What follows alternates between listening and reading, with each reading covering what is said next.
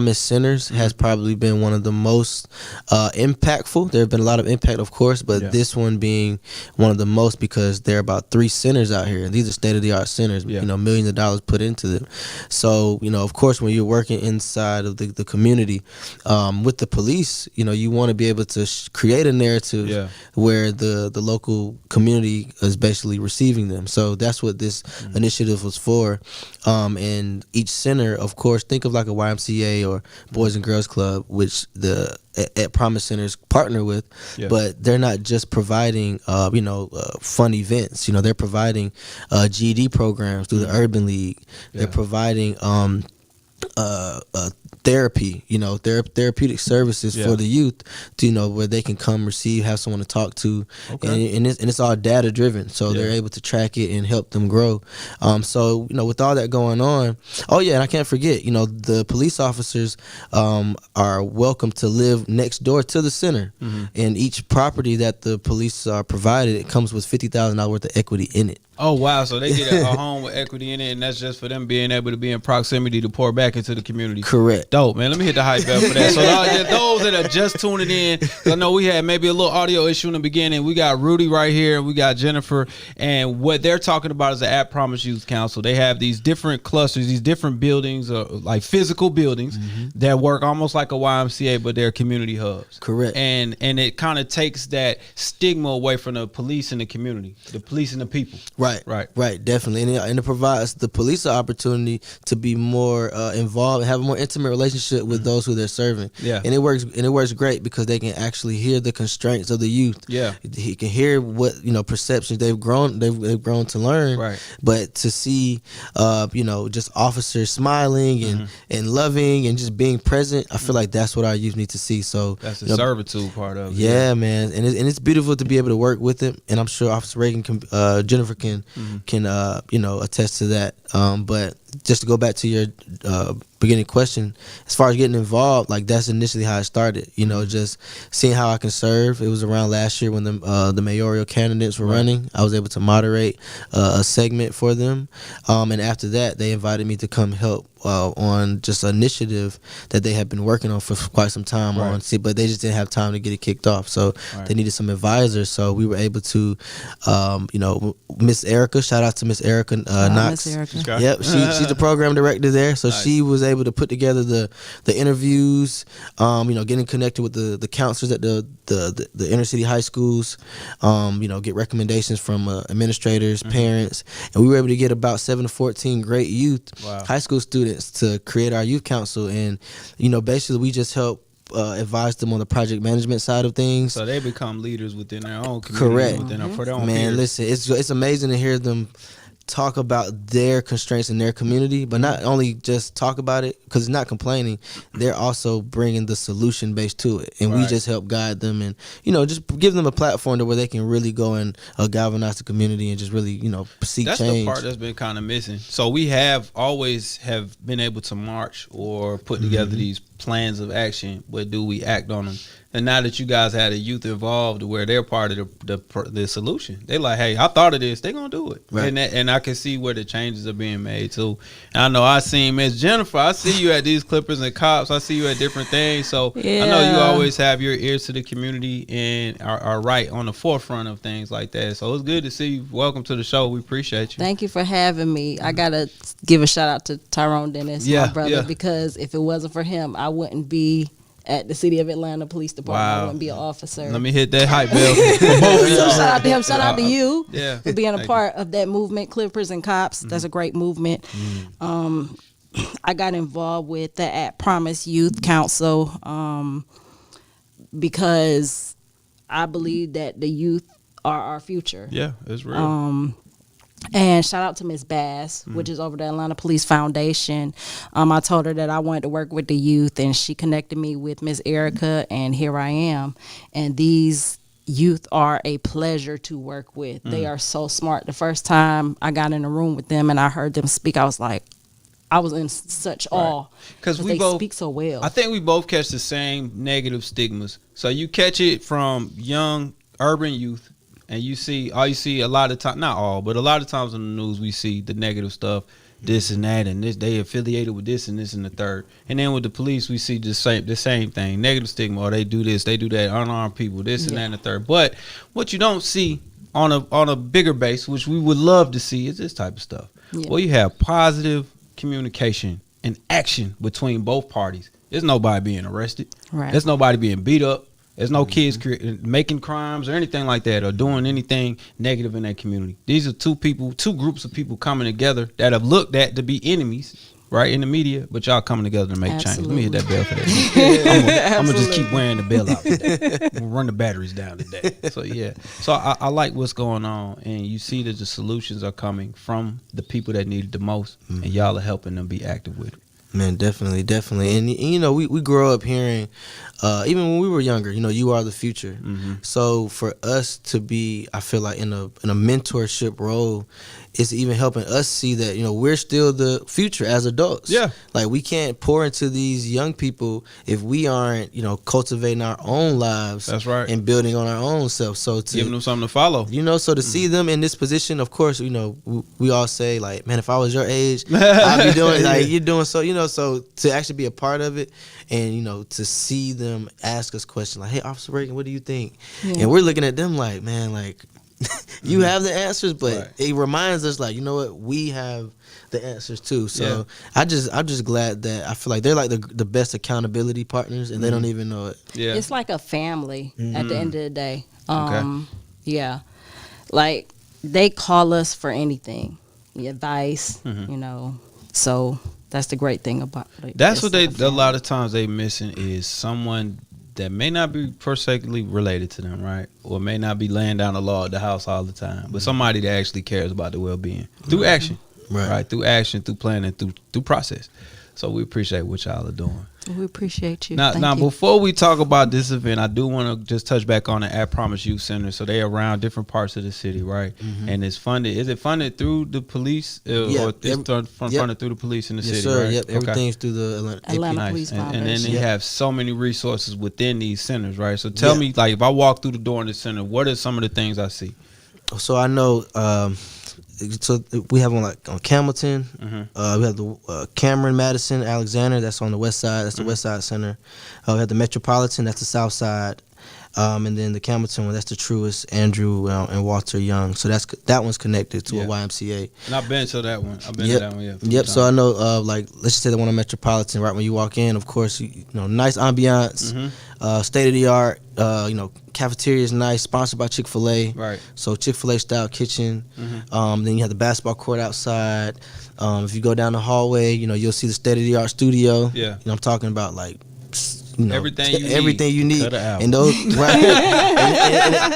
and those youth, man, they're rocking out in there. Right. They're actually making beats. You know, they just recently had a talent show. They just needed the resource, man, and a safe place. Now listen, shout out to Amaretta. She came out, I think it was last month for the talent show. Nice. Yeah, and it was she was able, you know, even the judges, everyone there, but the youth are able to showcase, you know, their beats, you know, their talent through song, you know, poetry. So, you know, it's talent in there, but it's like these centers are, like I said, they're providing the resources that's, you know, helping them, you know, really cultivate, you know, just cultivate their and grow. Outlet, man. That's what they need. They need out because they're gonna find it one way or another. If I can't go in this studio at the youth center, I might go out and do graffiti because I need to get this out. I got this energy that I need to get out. Right. And if you think about sorry, go ahead. No, like I told the kids that we work with, like, you guys are blessed. Like, I didn't have this coming up. Right.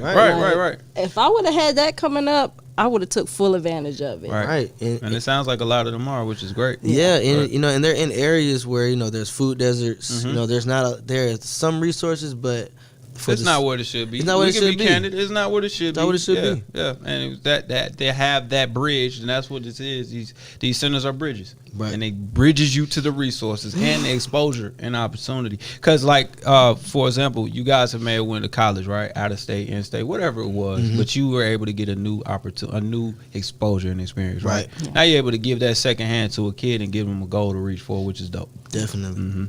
And now you are giving them a whole bunch of opportunities. So let's talk about this fair. Let's do it right now. So tell me about the fair, how it came about, and what do we see when we get into this fair? So the opportunity fair will be collaborating with an event created by our program director, Ms. Erica Knox, the Community Day. So the Ed Promise Community Day will be this Saturday, 10 a.m. to 2. So we wanted to, the youth were basically saying that their colleagues at school, were saying like, well, we don't know what's going on out here. You know, like it's a lot, but we don't know. So they were saying, job fair would maybe be a little too formal. So let's just do opportunity fair. Let's have, job opportunity that the city provides, but let's have mentorship opportunities, internships, jobs as well, camps, things of that nature. So, while the community fair is going on outside, they'll be able to have an indoor experience where they walk through to go outside or vice versa. And, mix it up. Mix it up. Talk to someone with a job opportunity. Talk to someone if you need some internship opportunities as well. And, we look to have some great people out there too. So that's definitely what's up, man. I'm really appreciating this right now. Where can people find the information at? So if you go to the Atlanta Police Foundation website, and click the At Promise tab, the information will be in there. We're the At Promise Youth Council. They're working on building out their social media. So right now everything is going on the At Promise. Website, not website, but social media accounts. But if you just go there, you'll be able to find out all the details. And for those who are looking to bring their youth out, we definitely look to have some great organizations: Six Flags, Delta Airlines, Chick-fil-A. See all the perks: food, lights, and fun. All the perks. You just hit all three of them right there. Yep. And then for those who are looking to get their young boys involved, we'll be having the Obama Foundation out there. Okay, nice. And they have great mentorship opportunities and a chance to get some of those letters that'll help with getting into college and everything. Exactly. Yep. And so it's gonna be a great time, and it'll be fun too. Like the community day will be going on, so being outside, enjoying the weather, having a great time. I feel like it's gonna, everyone's gonna. How does it feel to be a part of something like this? Like to be on the forefront. I want to ask you because, like you said, you were inspired, right, to become a police officer, but now you're doing it tenfold. You're doing it protecting through serving. And that's what I see. So how do you look at this? It's a blessing. It's a blessing. I feel like we're all placed on this earth for a purpose, and I believe that I am fulfilling my purpose. So I'm blessed. I'm happy. They give me life. So that's it. That's what you want to go to work for. Yeah. Like do something. Of course, we all want to make some money, but at the same time, it's like I'm doing something that's fulfilling my soul and my spirit, right? How about you, man? Because I feel like you in it. Yeah, man. I mean, both of you guys. Yeah, I'm just saying, because I'm advising with the project management, so I had to help bring the structure of how they would bring their their ideas and solutions to finality. Yeah. So it's just amazing to see them do it. Because I've given corporate companies this structure. So for these 14, 17-year-olds to do it, and then see them and grasp onto the concepts. And I'm going back to the adults. Like, look, I got young people who knocking this out the park, and it's beautiful to see because once we put the chain of command aspect to it, like a president, vice president. Shout out to Raven and Trinity. Yeah, shout out to Raven and Trinity. President, vice president. Of the youth council. Of the youth council. Right. They talking about 15, 16-year-olds doing their thing. These two are actually seniors. Oh wow! And they hold jobs. And they hold jobs. So they're taking time out of their school schedule, work schedule, and then being a part of this great program. Yeah, that's amazing. Let me hit the high bell for them. Tell them I hit it for them. All right, that is amazing stuff, though. Yeah, man. And, for those who look to get more involved, this will be a 1.5-year event. So we're still accepting members for the council throughout the year. Nice. Because we want to be able to grow. Right now, like I said, it's about like 7 to 14 of us, but we're looking to have about 24, so we can start building out the committees. Because right now they're just holding each other accountable with tasks, but it's beautiful to see. Like I said, like that's what inspires me to see. And it helps a lot of times. Youth these days, not these days in general. Youth, right? A lot of time, youth have a issue when they have to receive direction. Or have to receive somebody telling them, hey, do it this way or do this. And now you kind of alleviating that right now with giving them that exposure early. Yeah, it gets hard sometimes. Because somebody my age telling me to do something. I'm like, man, because they having fun. And they're having fun with it, because you can see them just engaging in thought and trying to figure things out, and then us three will want to chime in, and then Miss Erica will say, "Y'all tell me to be quiet." They don't ever say it, but they just pick right back up. Right. And, so it's just beautiful to see. Like, all you have to do is just give them the platform, give the youth the resources that they need, and they're just taking it around with it because they're smart. Yeah, they are. They're brilliant. And the issue is sometimes in our neighborhoods, they give us all the resources for all the wrong stuff, right? Like I can go outside and learn how to do 15 illegal things, right? but I can't learn what about a mortgage, right? 15 minutes or less, like Geico, right? But I can't go out and learn. This is the proper way to come to an interview, or this is the proper way to follow, and this is a company structure, or this is how I do a mortgage, or this is how financial literacy. I can't learn that stuff the right way, right? But this is provided. I like it. Yeah. I like that button, man. That button is hot. Yeah, you can't have it. Put it over here. I on the button, y'all. The button stays here. But yeah, so man, once again, make sure that you guys tap in. How do adults get involved? They want to volunteer, donate, or just be a part of it on the constructive side. How can they do that? Oh man, so if you come to, if you want to pull up in person to any of the At Promise centers, definitely come. We're always looking to see how we can bring more value to the youth. Of course, any business owners, even aspiring business owners. I feel like the network that the city of Atlanta provides to the At Promise centers is for it to grow the community. Makes sense. Because we want to identify the components within the community. So if you're involved in economics, education, leadership, anything within cultural aspects, like building that spider web, right? I feel like it's all about those parents too. So of course, we can engage with the youth, but they still have to go back to that environment. That's true. So if the parents and just the adults in the community from all over Atlanta, really, because like I said, we're about to build a fourth one. Not sure with the location, but I feel like this could be something that could be replicated in possibly other counties. Yeah. And at the end of the day, the same issues that we're experiencing here in Atlanta, it's all over the world. It's all over the globe. So I feel like if you just, go to the Atlanta Police Foundation website, the At Promise tab, click on At Promise. You can definitely connect with the leadership there. And then, just pull up to any of the locations. Someone will definitely attend to you. Right. I want to give a shout out to the Mayor Dickens, man. He's been on the forefront, building that website, having all the organizations, being able to be found, all those resources for the people, as well as the businesses too. He's like, I want to be for the people, and that's what it's all about, man. So shout out to him. Shout out to what you guys are doing too. Thank you. That's it, man. Thank you, man. Make sure y'all check this out. It's been a pleasure having y'all. I appreciate y'all. 10 to 2 Saturday. It's going down at the location. Give me the address one more time. It'll be at the Campbellton location, so let me pull that up for you guys. Okay. Please bring your kids, bring your families. Yep, so that'll be the Truist Andrew and Walter Young family at Promise Center.